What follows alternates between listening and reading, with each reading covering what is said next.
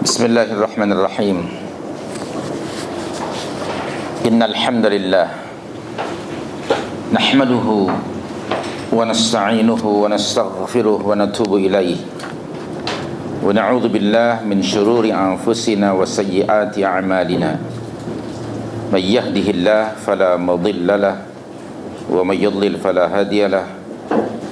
Wassalatu wassalamu ala Rasulillah Muhammad ibn Abdullah wa ala alihi wa sahbihi wa wala, thumma amma ba'du. Hadirin hadirat, setelah kita bertahmid, mengucapkan puji-pujian pada Allah serta salawat kepada junjungan kita Nabi Muhammad sallallahu alaihi wasallam, dengan izin Allah, alhamdulillah, malam ini kita dapat berjumpa kembali di majlis ilmu bagi meneruskan membaca buku, iaitu 76 sifat yang dibenci, menjauhi 76 sifat yang dibenci. Dan pada malam ini poin nombor 39, topiknya dilarang kaum mukminin bersahabat dengan Yahudi. Dalil yang dirujuk oleh muallif kitab ini, Syekh Mustafa Al-Maraghi rahmatullahi alaih, itu surah Ali Imran ayat 28. Seperti mana biasa, kita akan baca terlebih dahulu ayatnya. A'udzu billahi minasy syaithanir rajim.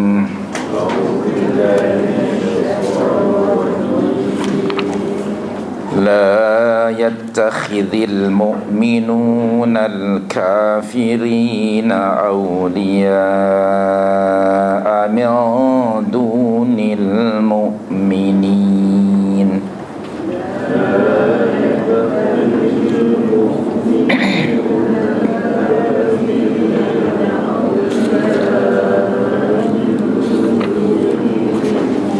وَمَنْ يَفْعَلْ ذَلِكَ فَلَيْسَ مِنَ اللَّهِ فِي شَيْءٍ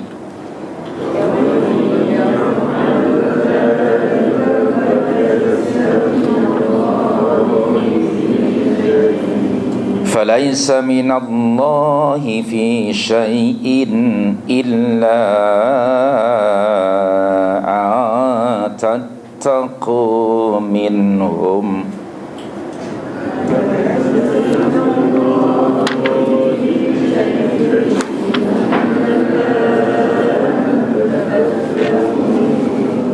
إلا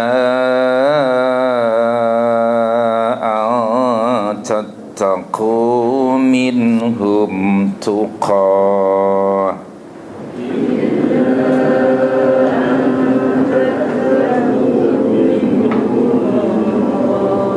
ويحذركم الله نفسه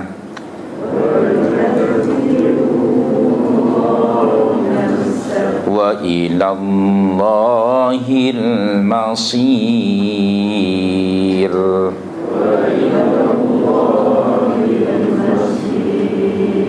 Terjemahan makna ayat: La yattakhidhil mu'minuna al-kafirina awliya'a min dunil mu'minin. Janganlah orang-orang yang beriman mengambil orang-orang kafir menjadi teman rapat.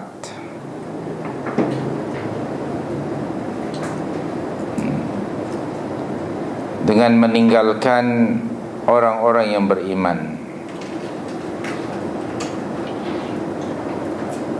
Wa may yaf'al dzalik,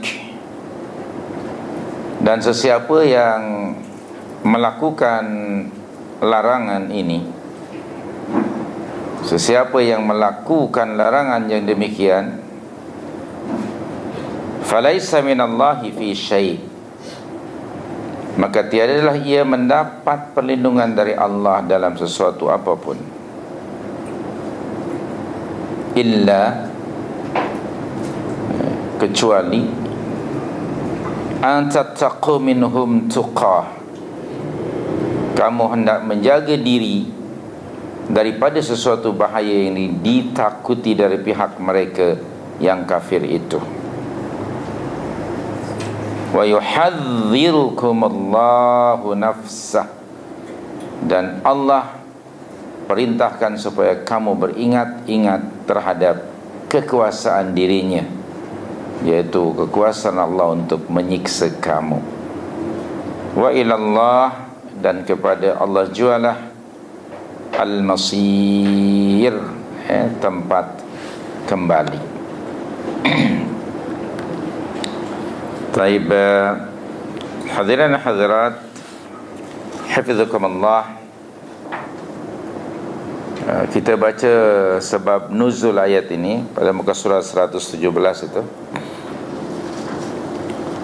Ibnu Jarir At-Tabari meriwayatkan satu hadis, satu riwayat tentang sebab nuzul ayat ini dari Abdullah ibn Abbas radhiyallahu anhuma. Dia berkata bahawa adalah Hajjaj bin Amr. Dia ini dahulunya ialah halif, ataupun teman rapat, berjiran kepada Ka'ab bin Al-Ashraf, juga kepada Ibnu Abil Huqaiq, dan juga Qais Ibnu Zaid. Mereka ini, Ka'ab bin Al-Ashraf, Ibnu Al-Huqaiq, dan Qais bin Zaid, semuanya itu orang-orang Yahudi.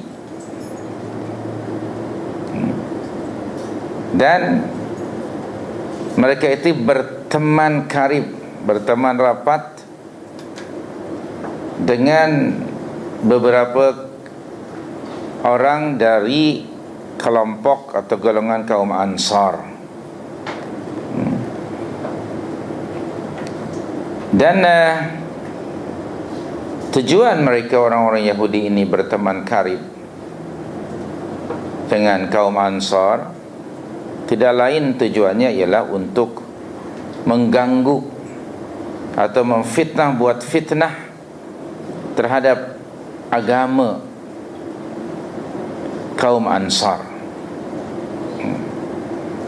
Lalu salah seorang di antara kaum Ansar, yaitu Rifa'ah bin Al-Munzir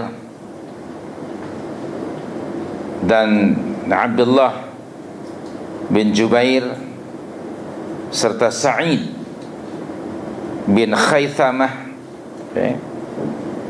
mereka ini menasihati kepada beberapa orang kaum Ansar yang berteman rapat dengan orang-orang Yahudi itu. Nasihat mereka adalah, jauhilah orang-orang Yahudi itu. Jauhilah orang-orang Yahudi itu, dan hindarkan diri kamu dari berteman rapat bersama mereka.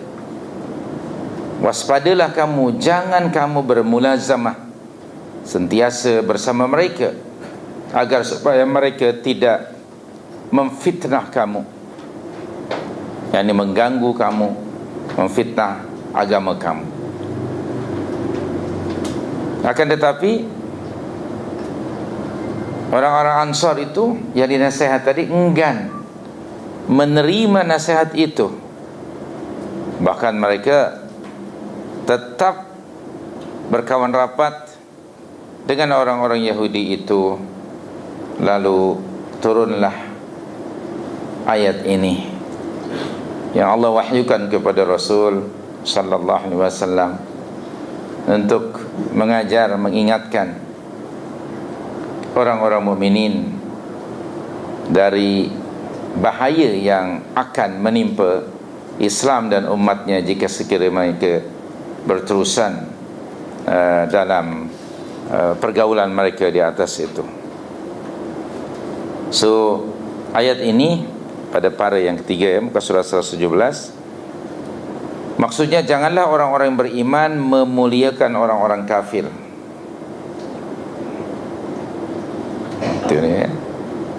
Lalu akibatnya nanti orang-orang mukmin itu akan menyampaikan rahsia-rahsia tertentu, sama ada dalam urusan agama kepada orang-orang Yahudi itu, ataupun rahsia-rahsia kekuatan negara, sama ada umpamanya dari sudut pertahanan, ekonomi, keuangan dan sebagainya, atau mungkin akan mengakibatkan orang-orang mukminin nanti akan lebih mendahulukan dan mengutamakan kepentingan orang-orang kafir, kepentingan orang-orang Yahudi daripada kepentingan orang-orang mukminin. Nah, perkara ini dilarang oleh Allah kerana jika ia dilakukan berarti orang mukmin itu telah menyokong dan mendukung kekufuran. Ini dilarang oleh Allah. Banyak di dalam Al-Quran ayat yang seiras dengan ayat yang sedang kita baca ini. Umpamanya kita perhatikan surah Ali Imran 118. Kita tengok dulu ayatnya. Ali Imran 118. Qauluhu ta'ala, Bismillahirrahmanirrahim. Sudah jumpa ayatnya? Ya ayyuhalladzina amanu la tattakhidhu bitanatan min dunikum la ya'lunakum khabala waddu ma 'anittum qad badatil baghdha'u min afwahihim wa ma tukhfi suduruhum akbar qad bayyana lakumul ayat in kuntum ta'qilun. Terjemahan makna ayat lebih kurang, wahai orang-orang yang beriman, janganlah kamu mengambil orang-orang yang bukan dari kalangan kamu menjadi orang dalam, bitanah, orang kepercayaan kamu. Mereka tidak akan berhenti-henti berusaha mendatangkan bencana kepada kamu. Mereka yang orang kafir itu sukakan apa yang menyusahkan kamu. Kalau kamu dalam keadaan susah, ditimpa apa-apa musibah, mereka memang suka. Mungkin mereka buat kenduri, mungkin saja telah pun nyata tanda kebencian mereka melalui pertuturan ucapan mulut mereka. Umpamanya dengan melabel umat Islam dengan berbagai label-label. Hari ini kan kita dengar biasa apa? Teroris, apa lagi? Ekstremis, apa lagi? Ice creamis. Adakah ice creamis? Takkanlah minum ice cream aja ice creamis. Jadi ala kulli hal, label-label yang dari mulut mereka sudah nyata. Itu sudah indikasi bahawa mereka itu benci kepada kamu. Dan apa yang disembunyikan di dalam hati mereka jauh lebih besar lagi. Tak ada yang mengetahui yang ada di sebalik hati manusia illallah, melainkan Allah. Oleh itu Allah, kerana kasihnya kepada hambanya mukminin ini didedahkan oleh Allah. Kalau mulutnya saja macam itu, apa yang ada dalam hati mereka, dalam hati mereka, worse than it, lebih teruk lagi. Allah membantu mengenali orang-orang mukminin siapakah musuh-musuh mereka. Ya. Sesungguhnya telah kami jelaskan kepada kamu keterangan-keterangan itu jika kamu mau memahaminya. Allah menjelaskan segala sesuatu yang memberi manfaat kepada umat Islam melalui lisan Rasulnya sallallahu alaihi wasallam. Diriwayatkan tidak ada satu pun perkara yang baik, perkara kebaikan yang diketahui Rasulullah sallallahu alaihi wasallam daripada Allah, melainkan Rasulullah akan memberitahukan kepada umatnya dan menganjurkan, menggalakkan umatnya untuk melakukan kebaikan tersebut. Dan apabila Rasulullah sallallahu alaihi wasallam mengetahui dari Allah sesuatu yang akan membahayakan umatnya, memadaratkan umatnya, melainkan Rasulullah sallallahu alaihi wasallam akan memberi warning, amaran kepada umatnya agar jangan melakukan perkara tersebut. Okay. Sebab orang-orang mukminin adalah aulia Allah. Ini ayat yang pertama yang seiras dengan ayat yang sedang kita bahas ini.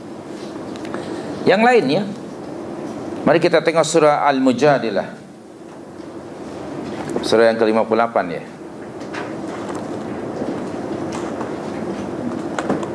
Betul tak? Al-Mujadilah ayat yang ke-22. Surah 58 ayat 22. Aywa. Bismillahirrahmanirrahim.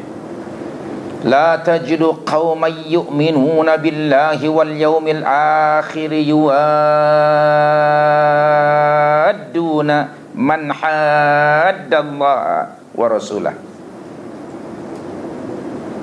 walau kanu aba'ahum aw abna'ahum aw ikhwanahum aw ashiratahum. Hinggalah hujung ayat. Itu ayat ke-22 ya. Engkau, waktu itu Rasul, sekarang ni kitalah yang ada di hadapan ayat ini, di hadapan Al-Quran. Engkau yang ini second person kan. Engkau wahai orang-orang mukminin tidak akan mendapati sesuatu kaum yang beriman kepada Allah dan hari akhirat tergamak berkasih mesra dengan orang-orang yang menentang perintah Allah dan Rasulnya. Itu tidak mungkin kamu dapat melihat realiti itu. Sekalipun orang-orang yang menentang Allah dan Rasul itu ialah bapa-bapa mereka sendiri, atau anak-anak mereka sendiri, atau saudara-saudara mereka sendiri, ataupun saudara mara keluarga mereka sendiri. Ya, tidak mungkin iman dengan kufur akan duduk side by side, what more kerjasama. Tidak mungkin.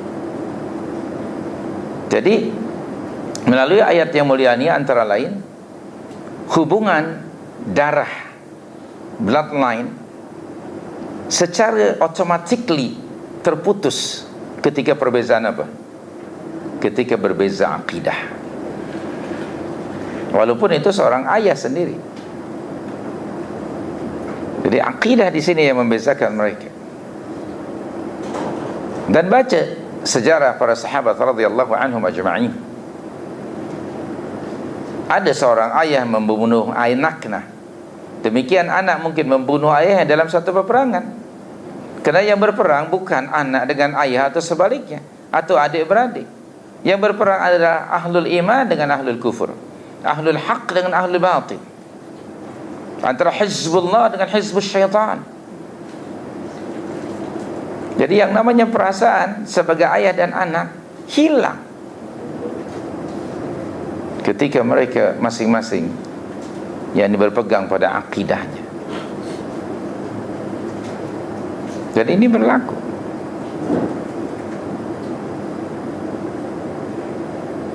Nabi Allah Nuh AS dengan anaknya yang Allah beritahukan kepada kita dalam Al-Quran. Ibrahim dengan bapa saudaranya Azar itu.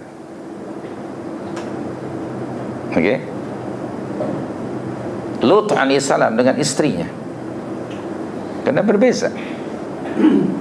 Dan Rasul kita sallallahu alaihi wasallam dengan pak saudaranya, dua orang bapa saudara Rasul, musyrik, Pak Lahab dengan Pak Talib.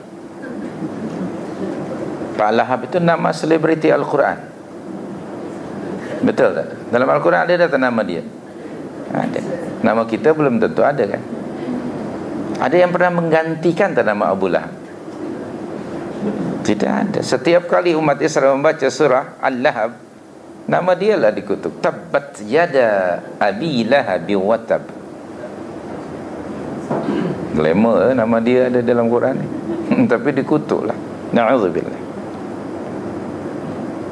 Jadi di situ perbezaan. Jadi bloodline tidak ada maknanya ketika dibenturkan dengan akidah.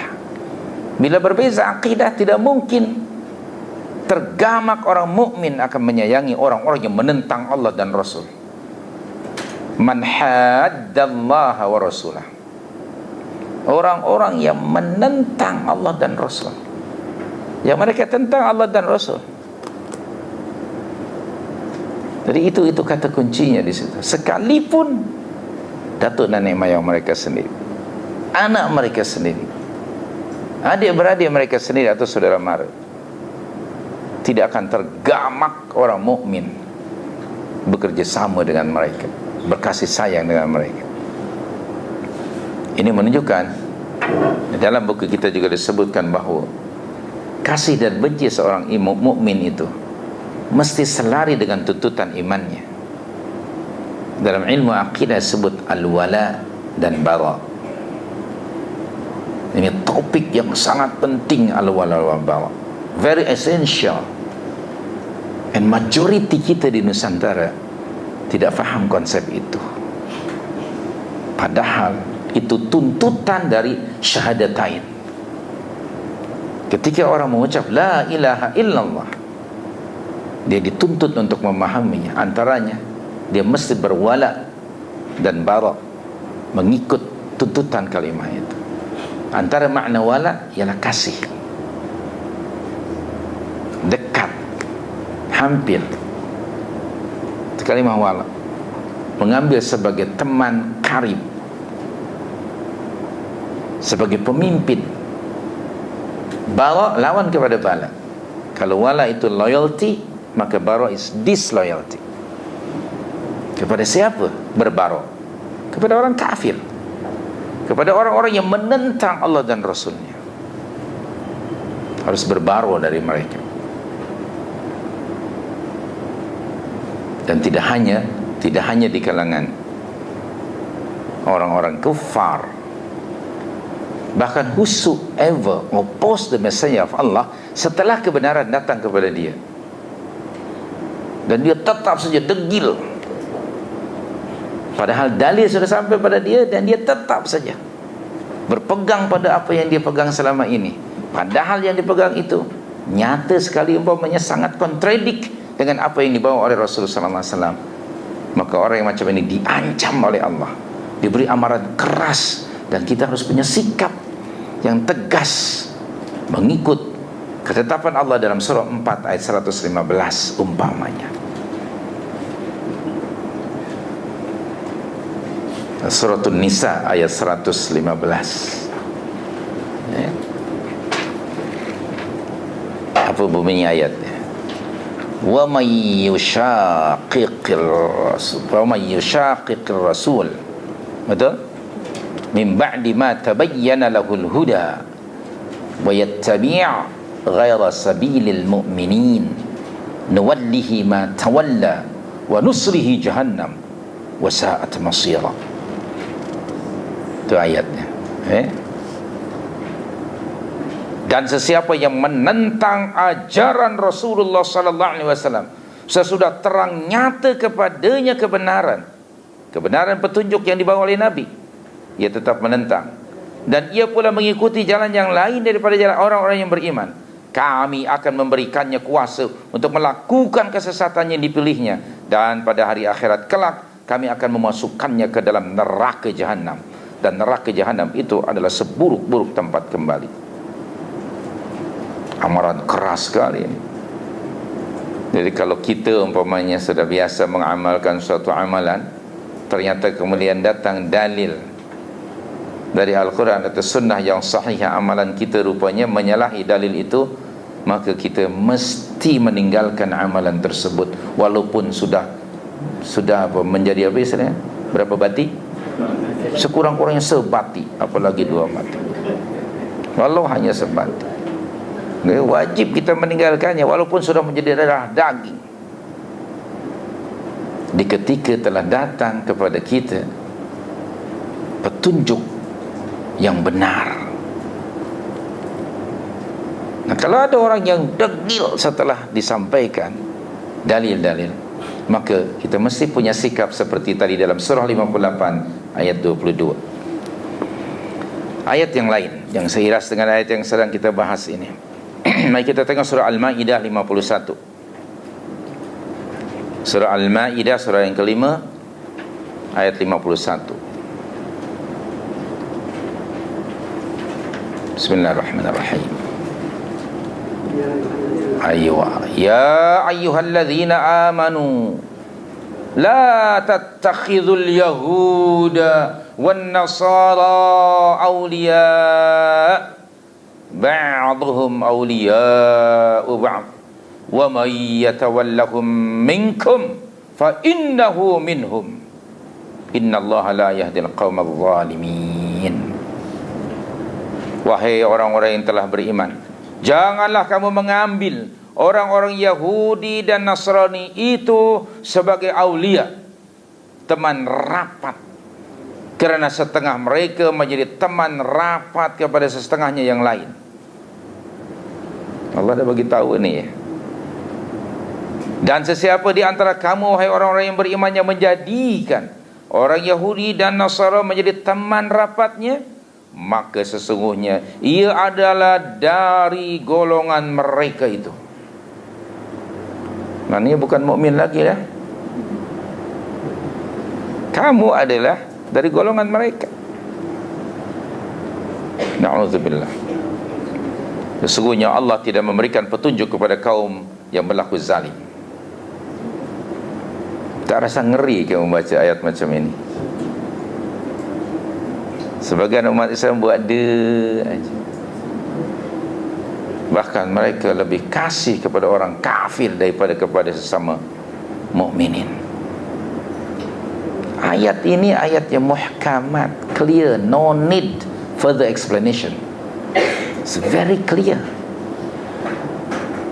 Jangan mengambil mereka sebagai aulia, teman rapat, pemimpin, penasehat, orang yang kamu percayai, close friend. Jangan, do not take mereka sebagai your aulia. Ini tuntutan la ilaha illallah Muhammadur Rasulullah.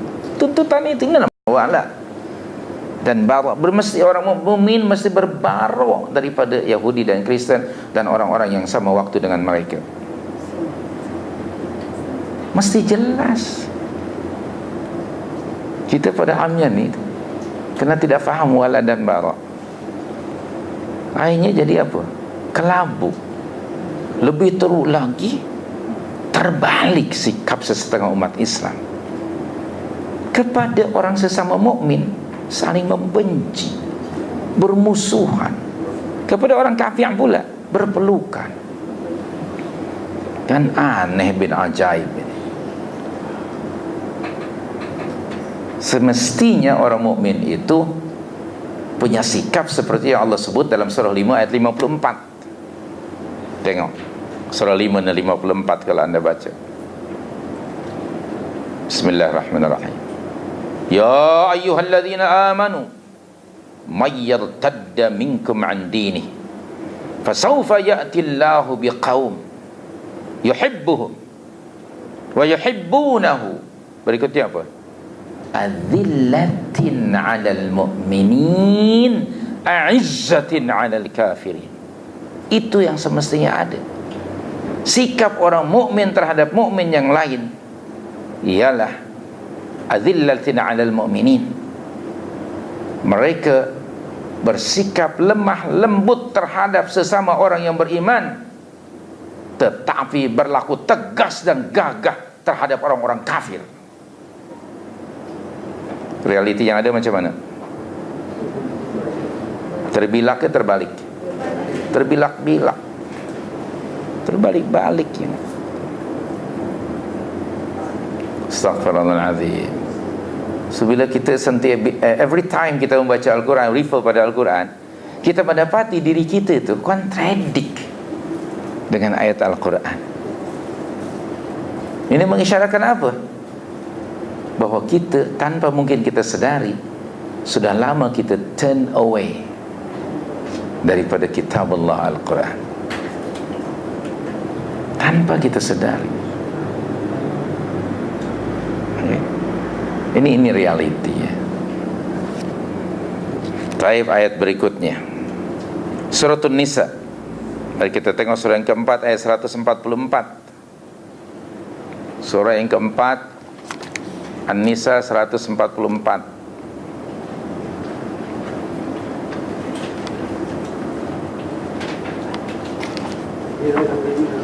Ayuh, itu dia, itu ayat. Ya ayyuhalladzina amanu. Itu dia.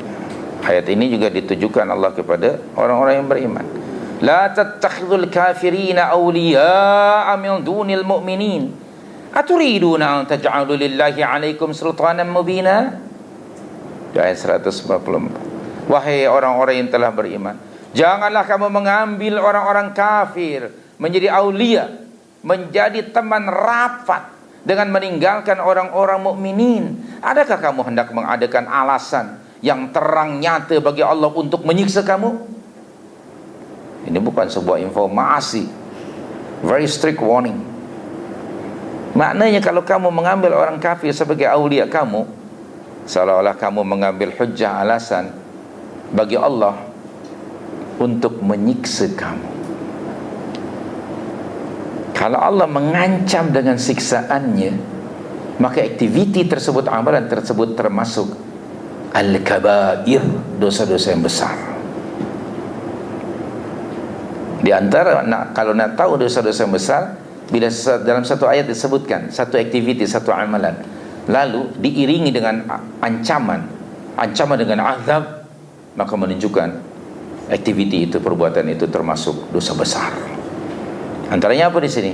Mengambil orang kafir sebagai aulia. Tayyib. Dan kemudian banyak lagi, 2-3 ayat lagi. Kita tengok di dalam surah Al-Mumtahanah, surah 60. Surah yang ke-60.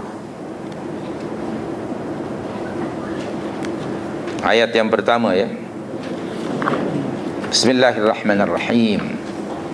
Ya ayyuhalladzina amanu la tattakhidhu aduwwi wa aduwwakum awliya tulquna ilaihim bil mawaddah wa qad kafaru bima ja'akum minal haqq yukhrijuna ar-rasula wa iyyakum an tu'minu billahi rabbikum in kharajtum jihadan fi sabili wa ibtigha'a mardhati, hinggalah hujung ayatnya. Tusirruna ilaihim bil mawaddah wa ana a'lamu bima akhfaytum wa ma a'lantum wa man yaf'alhu minkum faqad dhalla sawa'as sabil. Wahai orang-orang yang telah beriman, janganlah kamu mengambil musuh-musuhku. Jangan kamu mengambil musuhku dan musuh kamu. Subhanallah. Pada ayat-ayat sebelum ini tadi disebut jangan kamu jadikan orang kafir kan? Jangan ambil orang kafir sebagai aulia kamu. Kemudian lebih jelas lagi, jangan kamu menjadikan dan mengambil orang Yahudi dan Nasrani sebagai aulia kamu. Kemudian jangan kamu juga menunjukkan kasih sayang kepada orang-orang yang menentang Allah dan Rasul, sekiranya kamu beriman kepada Allah dan hari akhirat. Di sini Allah menggunakan kalimat aduwi wa aduwakum. Jangan kamu menjadikan dan mengambil musuhku dan musuh kamu. Subhanak ya Rabb, rupanya Allah punya musuh. Musuh Allah adalah musuh kamu, musuh kamu adalah musuh Allah. Sebenarnya ketika mereka memusuhi kamu, hakikatnya mereka memusuhi siapa? Musuh Allah. Ketika kamu beriman kepada Allah, wa ma naqamu minhum illa ay yu'minu billahil azizil hamid, dalam surah Al-Buruj Allah mengisahkan Ashabul Ukhdud, mereka itu tidak ditorture mentally and physically oleh orang-orang kufar, melainkan kesalahan mereka satu saja, hanya kerana mereka beriman kepada Allah Subhanahu wa taala yang Maha Perkasa lagi Maha Terpuji. Nabi kita sallallahu alaihi wasallam dan as-sabiqun al-awwalun selama lebih kurang 13 tahun di Makkah Al-Mukarramah ditorture mentally, physically. Kerana apa? Mereka bukan buat jenayah, tapi kerana mereka beriman kepada wahdaniyatullah. Dan sunnah ini hingga hari ini tetap berlaku. Saudara kita di Myanmar, Arakan, disiksa, dibakar, diusir. Kerana apa? Just because they believe in oneness of Allah. Situasi ini tidak akan berubah hingga hari kiamat. Okay? Jadi Allah ada musuh. Kamu pun umat Islam ada musuh. Merujuk kepada sirah nabawiyah,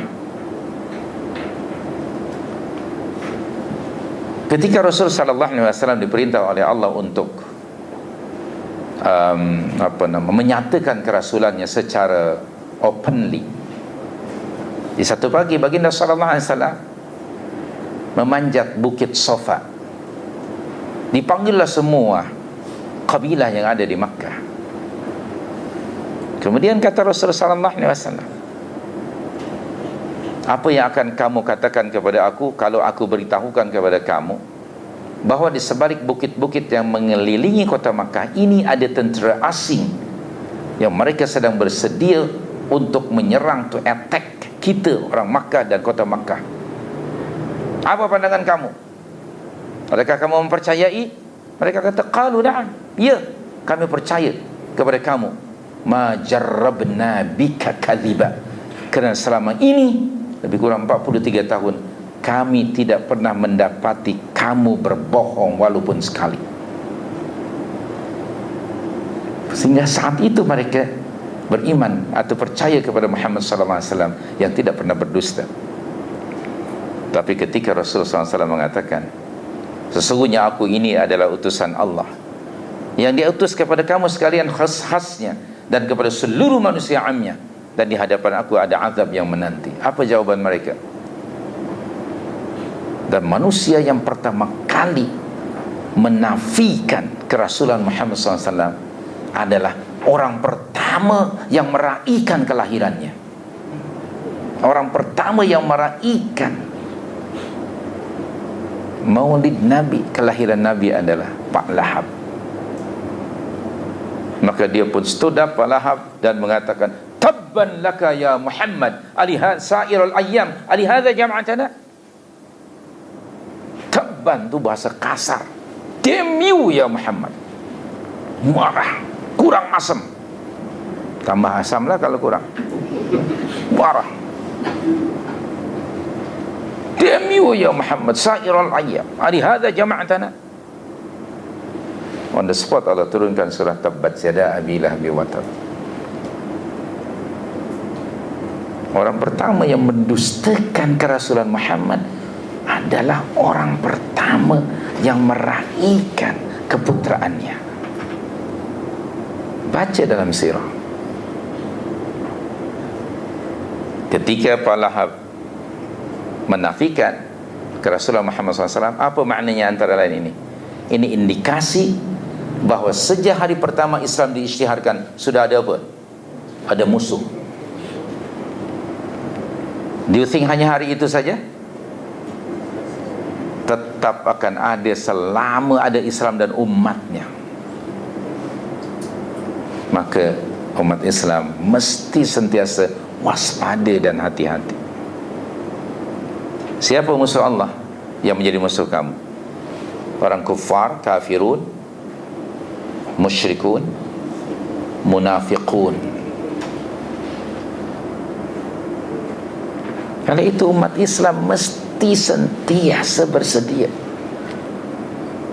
menyediakan segala bentuk kekuatan yang kamu mampu mengadakannya untuk menggerunkan musuh-musuh kamu. Perintah dari Allah dalam surah 8 ayat yang ke-60, Suratul Anfal 60. Bismillahirrahmanirrahim. Apa bunyi ayat? Wa a'iddu lakum mastata'tum min quwwah. Betul? Wa min ribatil khail turhibuna bihi. Apa? Dah jumpa ke belum ni? Belum jumpa. Okey, kita bagi masa lagi tak apa.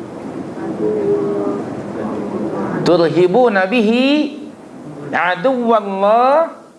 Apa lagi? Wa aduwakum wa akharina min dunihim la ta'lamunahum wallahu ya'lamuhum. Hingga hujung ayat. Siapkan, sediakan oleh kami wahai umat Islam segala bentuk kekuatan yang mampu kamu adakan. Tujuannya untuk apa? Turhibuna bihi aduwallah, untuk menggerunkan musuh-musuh Allah dan musuh kamu, orang kafir, orang musyrik, Yahudi dan Nasrani. Bahkan ada musuh yang lain yang kamu tidak mengenali mereka.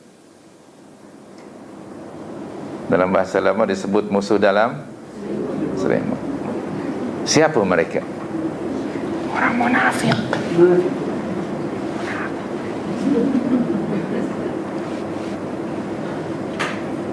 Itu musuh kamu. Allah sendiri yang menyatakan di dalam surah 63 ayat yang keempat, humul adu. Nama surah itu pun surah Al-Munafiqun. Pada ayat yang keempat, hampir hujung ayat tersebut, bunyi ayatnya Bismillahirrahmanirrahim. Wa idza ra'aitahum tu'jibuka ajsamuhum wa iyaqulu tasma' liqawlihim ka'annahum khushubun musannadah yahsabuna kulla sayhatin 'alaihim. What is the next word? Humul adu. Betul tak? Humul adu. Mereka itu adalah musuh. Siapa mereka di situ? Siapa mereka itu? Apa nama surah itu? Jangan bingung-bingung. Yang dimaksud mereka musuh kamu itu ialah orang munafik. Humul adu. So, fahdharhum. Beware of them.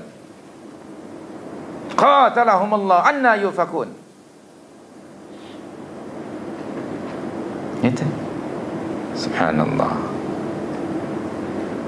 Musibah di antara musibah yang menimpa umat Islam ialah umat Islam tidak mengenali musuh-musuh mereka. Tidak mengenali musuh mereka. Kita mesti tahu siapa kawan, siapa lawan. Dalam konteks akidah ya, bukan dalam konteks yang lainnya. Umat Islam sejak hari yang pertama sudah ada musuh. So, mesti bersedia, because your enemy anytime they will attack you. Sejarah perjalanan umat Islam penuh dengan diperangi oleh orang lain. Perang salib, kemudian diikuti dengan penjajahan. Dulu peperangan menggunakan senjata konvensional. Hari ini ada yang lebih lagi subtle peperangan, yang tanpa disedari, yaitu melalui media massa. Tidak ada seorang pun manusia umat Islam melainkan diserang melalui media massa yang tidak disedari kesan buruknya oleh umat. Media massa sepenuhnya dikuasai oleh mereka. Apa yang kita dengar, apa yang kita lihat, apa yang kita baca, semuanya dari mereka. Siapa yang menguasai CNN? Siapa yang menguasai FNN? Apa-apa lah. Banyak. dijajah, disebut ghazwul fikri. Yang diperangi adalah ideologi, minda manusia. Kita tanpa sadar, melalui alat-alat modern, kita hanya mampu membelinya. Sedang programmernya siapa? Isi kandungannya apa di dalam? Dahsyat teknologi ini, kesan impactnya. Tahun 60-an dahulu kita hanya tengok media massa ada layar pacak, betul tak? Dipacak di tengah padang dengan dua bambu itu, black and white. Satu kampung tengok, betul tak? Pada masa itu datang era TV, tak ada lagi di padang, masing-masing dalam rumah. Satu keluarga depan rumah tengok TV. Datang internet dalam bilik masing-masing. Datang iPhone yang very smart ini. Akhirnya no communication antara ahli keluarga. Betul? Suami istri saling bertanya, where are you? Pakai WhatsApp. Satu di atas, satu bawah. Pakai Skype. Kenapa? Dua-duanya sudah sakit lutut, tak boleh naik atas. Subhanallah, ini karim. Teknologi, kesan teknologi ini dahsyat dalam hal menghancurkan, to destroy Islam and Muslimin. Kesan internet menggambarkan Islam dengan macam-macam, dan ramai na'udzubillah yang terpengaruh, yang mungkin keluar dari Islam. Orang belajar Islam dari internet, entah siapa-siapa orang yang mengajarnya, macam-macam. Ini tidak disedari. Dulu musuh di zaman penjajahan dahulu boleh dilihat dari warna kulit yang berbeza. Yang pada amnya penjajah itu berkulit apa? Orang Indonesia kata bule, macam albino begitu. Di sini disebut mat saleh, mungkin mat seller saya pun tak tahu. Mungkin datang pakai kapal, tapi dimelayukan jadi mat saleh, bukan mat taleh, mungkin seller, saya pun tak pasti. Jadi waktu itu jelas orang Indonesia itu benci kepada Belanda. Setiap orang kulit macam itu dibencinya. Ratusan tahun dijajah. Bukan hanya penjajahan untuk mengambil hasil mahsul negara. Memang itu nyata. Kekayaan Indonesia dibawanya. Orang Belanda hanya tinggalkan dua aja, durian dan ayam, itu aja. Yang lain dikebasnya. Kan? Hanya durian Belanda dengan ayam Belanda yang ditinggalkan. Kalau di Medan ada terung Belanda, itu aja, yang lain.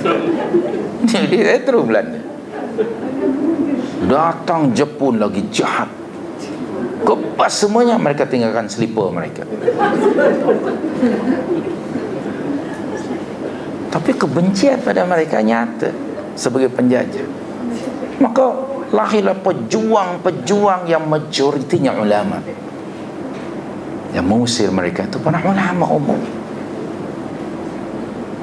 Tetapi lagi sekali sejarah dimanipulate, seolah-olah para ulama tidak punya peranan dalam hal itu. Sejarah itu oleh mereka yang punya money dipulas jadi manipulasi. Baik, money hilang sejarah. Kita diajar seolah-olah tidak ada peranan umat Islam dalam perjuangan kemerdekaan ini. Mesti rewrite kembali. Dan hari ini penjajahannya tadi melalui media massa, cetak atau elektronik. Tujuan mereka ialah to destroy Islam and Muslimin through education, through media massa. Institusi keluarga dirosak, anak-anak muda dirosak dengan berbagai cara. So kita tinggal menganga aja, tidak boleh buat apa-apa. Ya Rabb, kenapa? Sebenarnya solutionnya ada dalam Al-Quran. Nah, kita sendiri sudah deviate and turn away from the reminder of Allah. Kesan dari jauh daripada Al-Quran. Ayat-ayat Al-Quran yang saya baca malam ini, saya percaya jarang kita baca. Betul? Semua ayat tadi majoritinya diawali dengan ya ayyuhalladzina amanu, ya ayyuhalladzina amanu. I think most of us bila dibaca ayat itu tak sedar pun sebenarnya kita yang ditegur oleh Allah, yang diajak bercakap oleh Allah. Wahai kamu yang sudah beriman. Do we feel that Allah sekarang talking to you? I don't think so, most of us. Karena tidak faham. Tidak ada dalam Al-Quran wahai orang-orang yang telah memeluk Islam. Tak ada. Alladzina amanu. Apalagi ya ayyuhal jawiyun, ada tak? Ya ayyuhal maliziyun, ada? Tak ada. Iman tu yang ditegur.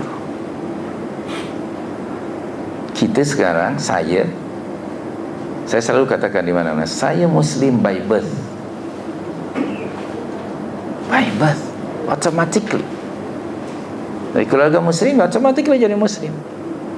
Tapi belum tentu saya seorang mukmin. Kerana dalam surah 49 ayat 14 ada dibezakan antara mukmin dan Muslim. Itu surah 49 ayat 14 Al-Hujurat 14.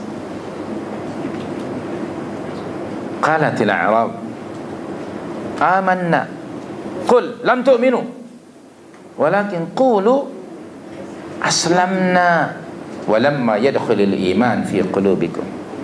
Hinggalah hujung ayat.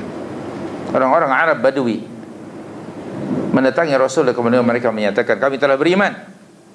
Allah menyuruh Rasul SAW katakan pada mereka, kamu belum beriman, kamu hanya baru apa? Baru Islam. Kamu hanya baru menyerah.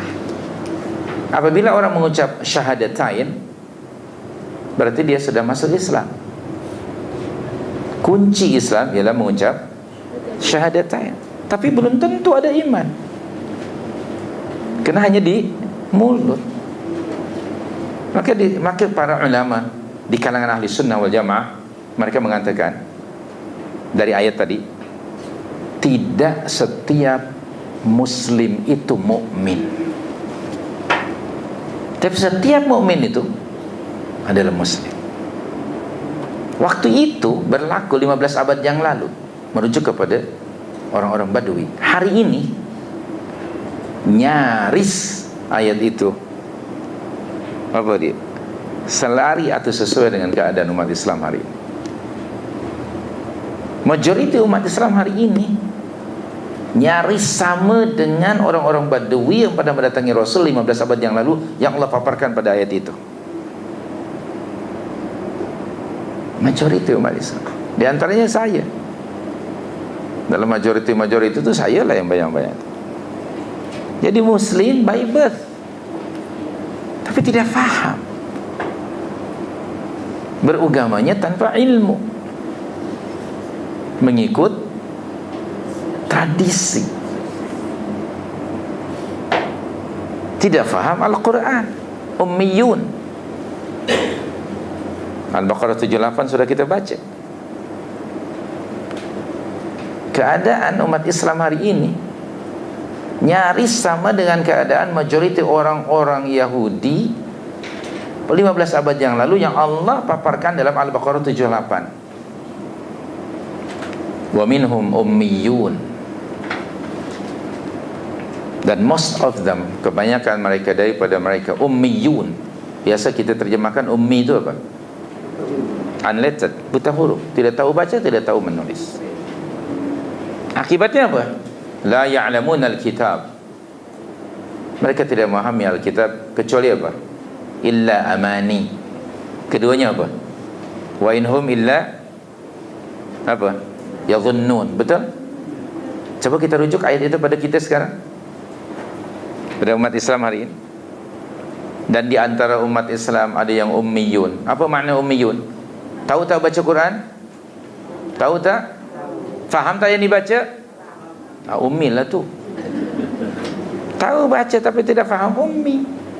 Akibatnya punya persepsi terhadap Al-Quran seperti mereka, prasangka. Encik, saya sakit kepala ni dah berapa hari. Ada tak ayat Al-Quran untuk saya kepala? Encik, saya sakit bisul. Ada tak ayat dalam Al-Quran? Encik, saya nak keluar negara, nanti turun banyak bawa barang. Ada tak ayat untuk supaya custom tak nampak kami? Macam itu. Amani, semuanya itu amani. Berprasangka. Kebanyakan kita lah, termasuk diri saya lah. Lalu kejahilan umat ini diambil peluang dan kesempatan oleh para ulama Yahudi pada ayat 79 Al-Baqarah 79. Kejahilan umat dimanipulasi oleh para ulama mereka. Apa bezanya dengan keadaan umat Islam hari ini? Apa bezanya? Okey, tidak ada beza.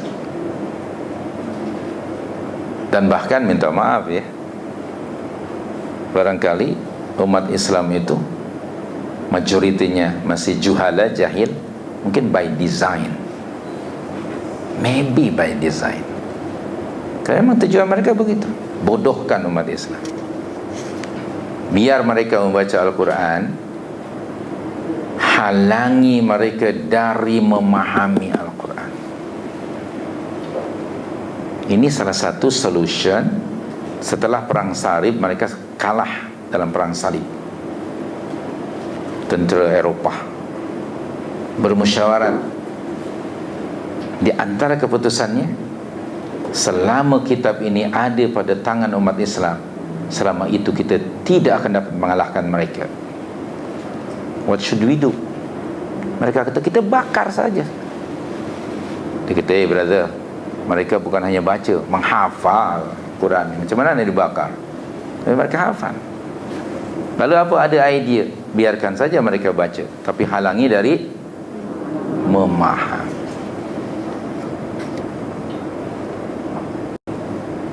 Di Indonesia, di tempat-tempat tertentu di Jawa, ada program musabaqah tilawah Al-Quran.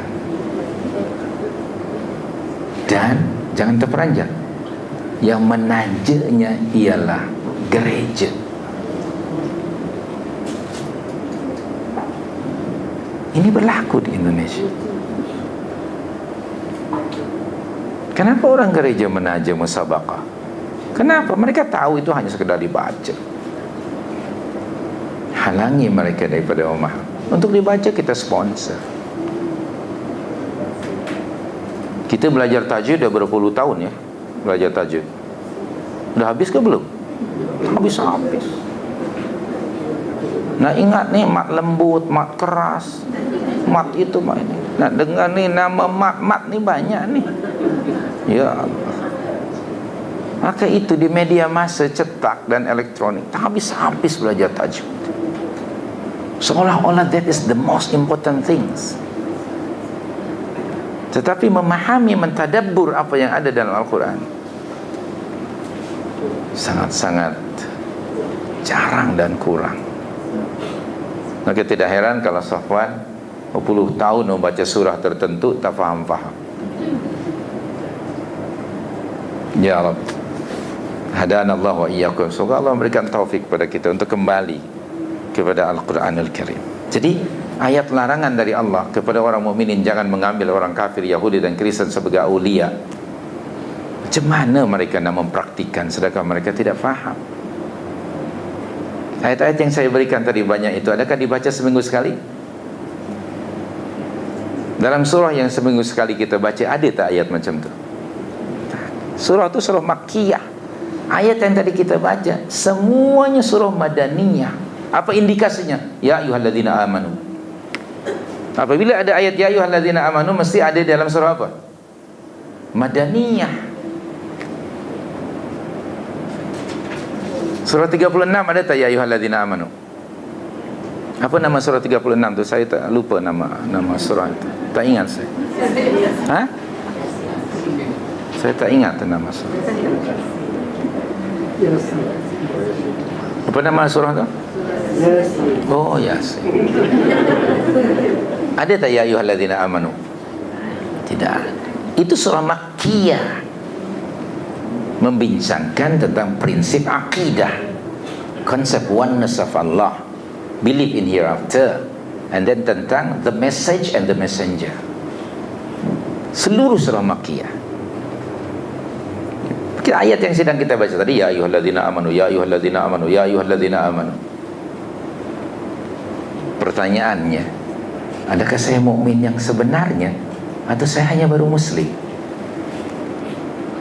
Sebab apabila benar-benar mukmin, setiap kali dipanggil oleh Allah, ya ayyuhalladzina amanu, ya Allah, apa yang hendak engkau sampaikan kepada kami? Itulah sikap para sahabat. Bila dibaca saja ayat ya ayyuhalladzina amanu, mereka berhenti dalam seluruh aktiviti mereka. Istajibu lillahi wa lirrasul idza da'akum lima yuhyikum. Surah 8:24. Istajibu. Penuhilah seruan Allah dan Rasul apabila Allah menyeru kamu. Dengan seruan apa? Ya ayyuhalladzina amanu. Adakah kita ya Allah, apa yang engkau hendak sampaikan kepada kami? Allah kata, buat itu, tinggalkan ini. Lalu apa respon orang mukminin? Sami'na wa ata'na. Surah 24 ayat 51. Bagaimana dengan kita sekarang? Setiap kali kita membaca ya ayyuhalladzina amanu, adakah kita merespon sami'na wa ata'na?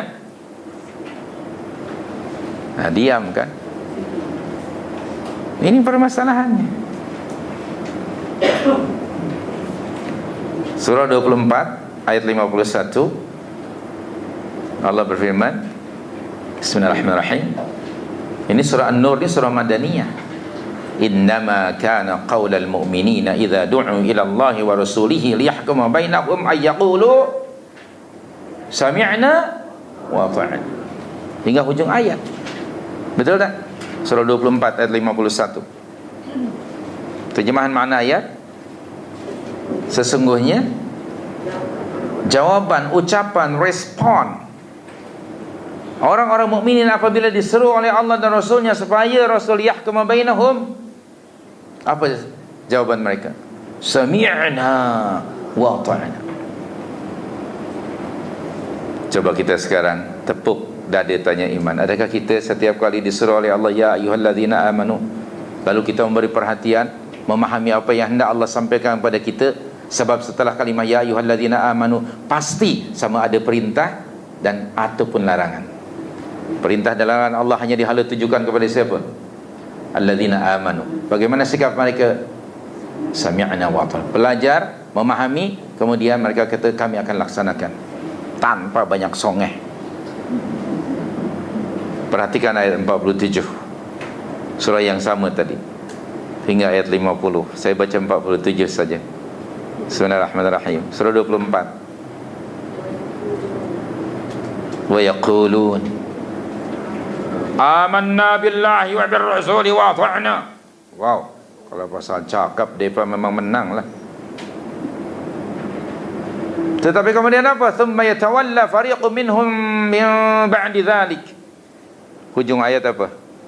Wa ma ulaika bil mu'minin. Apa terjemahan makna ayat?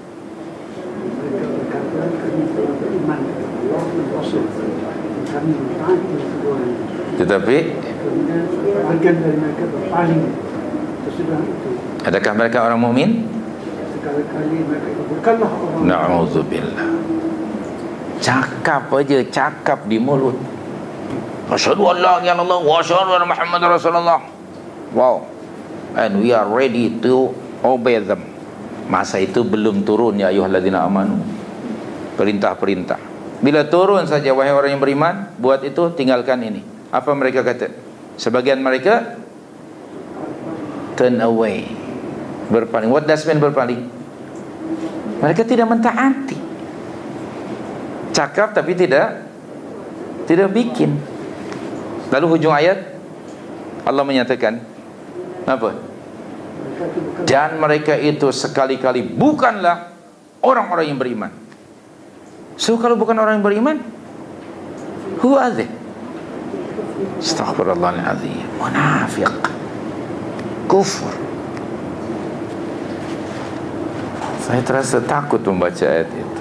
Anda rasa, do you feel tremor in your heart membaca ayat seperti itu? Benda yang harus kita perhatikan tiap hari ialah menilai iman kita. Am I a true believer yang sentiasa mendengar dan mentaati, atau hanya by name, by birth, by chance? That is why tidak jelas hari ini antara orang mukmin, orang kafir dan orang munafik.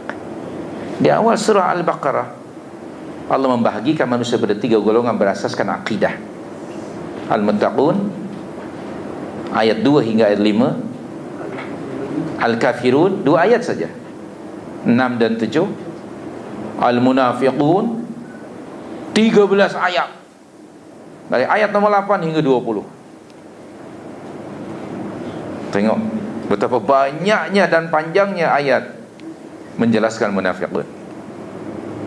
Orang mukminun, kalau itu color, saya umpamakan color white color. Kafirun 2 ayat saja, black color. Yang panjang ayat ni which color? Ini grey color. Coba anda kaji itu, teliti, tadabburi di awal ayat itu. Then pas itu kita aplikasikan ayat itu pada diri sendiri dan masyarakat. Adakah jelas ke mana mukminun, mana kafirun, mana munafiqun? Di Madinah pada masa itu jelas. Surah itu surah Madaniyah. Penduduk Madinah multiracial and multi religion. Tapi bila turun ya ayyuhalladzina amanu, kelompok yang mukmin segera memberi perhatian kepada Allah dan Rasul. Bagaimana dengan kita hari ini? Jauh sekali. Ada umat Islam yang penting ni kat dalam, yang penting Islam tu mesti di dalam. Wah, ini yang penting luaran tu tak ada apa-apa. Na'udzubillah. Islam tu yang penting kita mesti baik pada orang. Solat dan segala macam ni tak penting yang penting baik pada orang. Ada juga yang begitu. Islam itu yang penting dia kekuatan intellectual Muslim. Islam hanya jadi bahan kajian, pembicaraan dan sebagainya. Semuanya itu salah. Yang benar menjadi Muslim yang kafah. Al-Baqarah 208. Harus menjadi seorang mukmin yang wholeheartedly dan semua aspek, dalaman, akidah, fikiran dan aktiviti harian, akhlak. Maka dalam Al-Baqarah 208 Allah berfirman, ya ayyuhalladzina amanu. Lagi sekali ditujukan ayat itu kepada orang yang beriman. Udkhulu fis silmi kaffah. Betul? Wala tattabi'u syaitan. Innahu lakum aduwwun mubin. Wahai orang-orang yang beriman, masuklah kamu sekalian ke dalam Islam secara keseluruhan. Jadi Muslim yang ori, yang genuine, bukan separuh-separuh. Untuk itu kita mesti kembali kepada Al-Quranul Karim.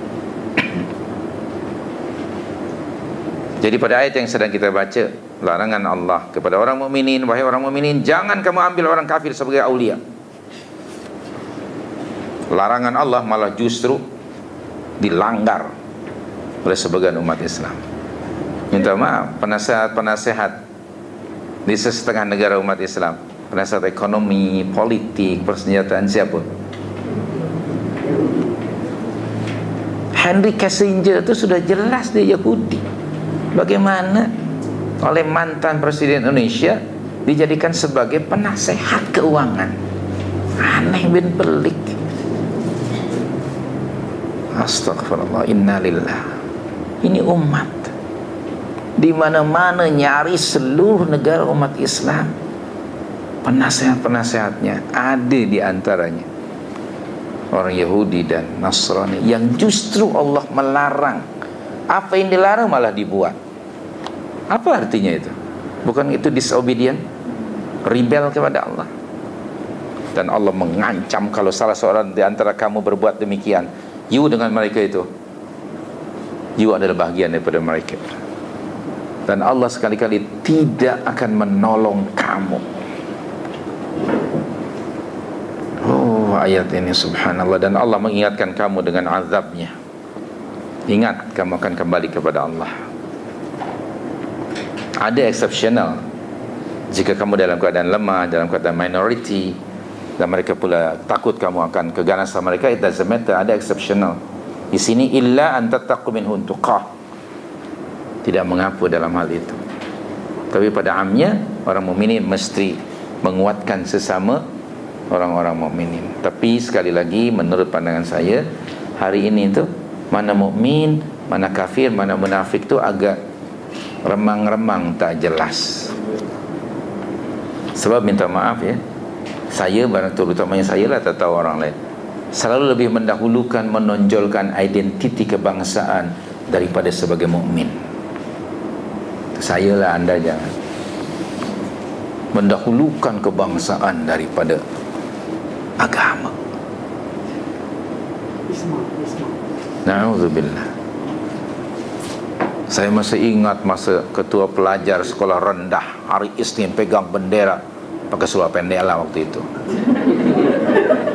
Sekolah rendah Darjah 1 bersumpah demi bangsa, demi negara, agama terakhir sekali.